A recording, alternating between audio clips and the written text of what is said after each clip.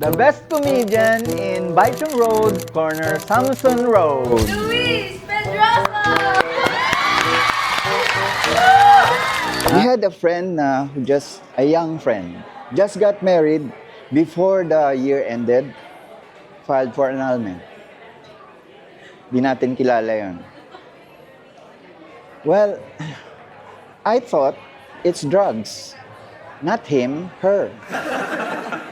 Sometime, di yung ebidensya that they want to present ended up with me kasi may konti daw akong alam. And it was a diary. And yeah, I scanned it. Sabi, on the first day of my marriage, I woke up, I went to the mall, and I hung out on the drugstore. On the second day of my marriage, I woke up, I went to the mall, ended up in the drugstore.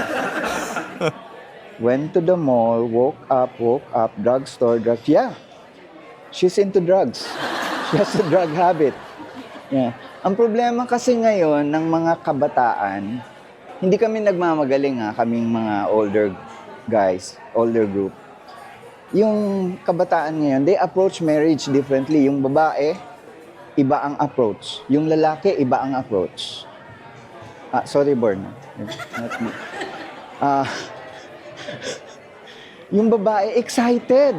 Yeah, I have my ring, I have my colors. I called up 4 of my friends who are slightly smaller than me para I would look like a model pag march ako. And my dress would be very beautiful. At yung mga abay ko, not so much. Very excited. Pero yung lalaki, they approach marriage na parang may malubhang sakit. Kakasal na si Joe, pare. Ganun ba? Kawawa. Anyari? Kausap ko pa lang siya last week, Di ba natin tutulungan, pare? Dasal lang, pare. Di ba nagpa-second opinion, pare?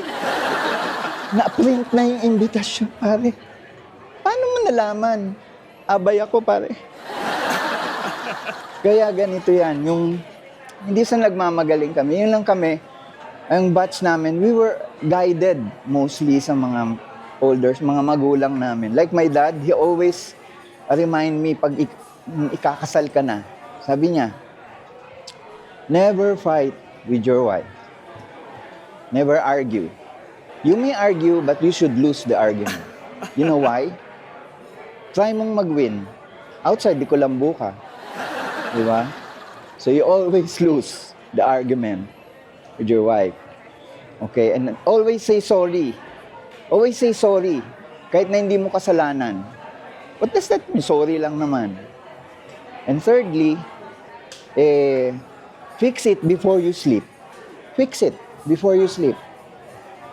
Kaya there's a study by the Department of Defense that instead of men and women sa Coast Guard to be assigned, we should send the wives. You know, the Chinese will not know what's happening. What is happening, Philippine Coast Guard? Why are you not talking to us? Why are you so always angry? What did we do wrong? We already said sorry. How many times? We could not sleep. Let's fix this. We could not sleep. Napuyat yung mga Chinese. Okay, so speaking of sleep, I had a hard time sleeping. A few months back, we sought help. A doctor, very pretty, nirefer nung pamangkin namin, very pretty also, from St. Luke's. And she gave us melatonin, tama ba? The drug.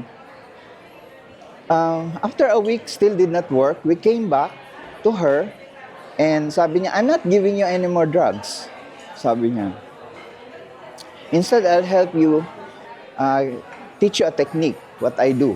Pag hindi ako nakakatulog, what is that, doc? I sleep naked, sabi niya. I said, where? And then there was a pause.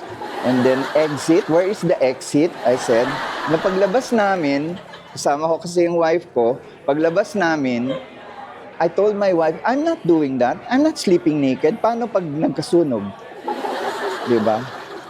Which reminds me, I forgot dun sa part kanina, when you argue, you can argue pala. You may argue, why not? But, make sure you lose.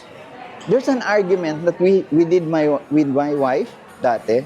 And I think tama naman ako eh. But, you know, I step back. Kasi pinagtalunan namin yung salary ng mga lalaki at babae. Her point of view, dapat equal daw. Sabi ko, hindi. Lalaki dapat. Mas mataas ang sweldo. Why? Eh, may premium kami, mga lalaki. Tingnan mo. Pagka may lumulubog na barko, what happens? Women and children first. Di ba? Women and children first. Yung mga lalaki, iwan sa barko. Para bang pag tumalon ka, lumulutang yung mga lalaki, hindi nalulunod. Pag may sunog, di ba? Women and children muna. Women and children. Yung mga lalaki, nahuhuli. Oh, para bang hindi kami flammable. Di ba? Yan. Kahit sa bahay. Di ba?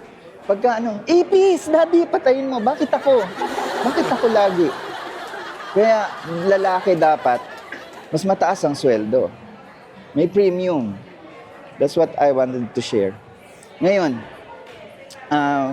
as I was saying kanina, we went back and I said, I'm not doing that. I'm not sleeping naked. Bakit? Kasi pag nagkasunog, di ba? Pag nagkasunog, women and children first kami mahuhuli, I will have to jump out of the window, sasaluhin ako ng batak na bumbero. Anong sasabihin ko sa kanya?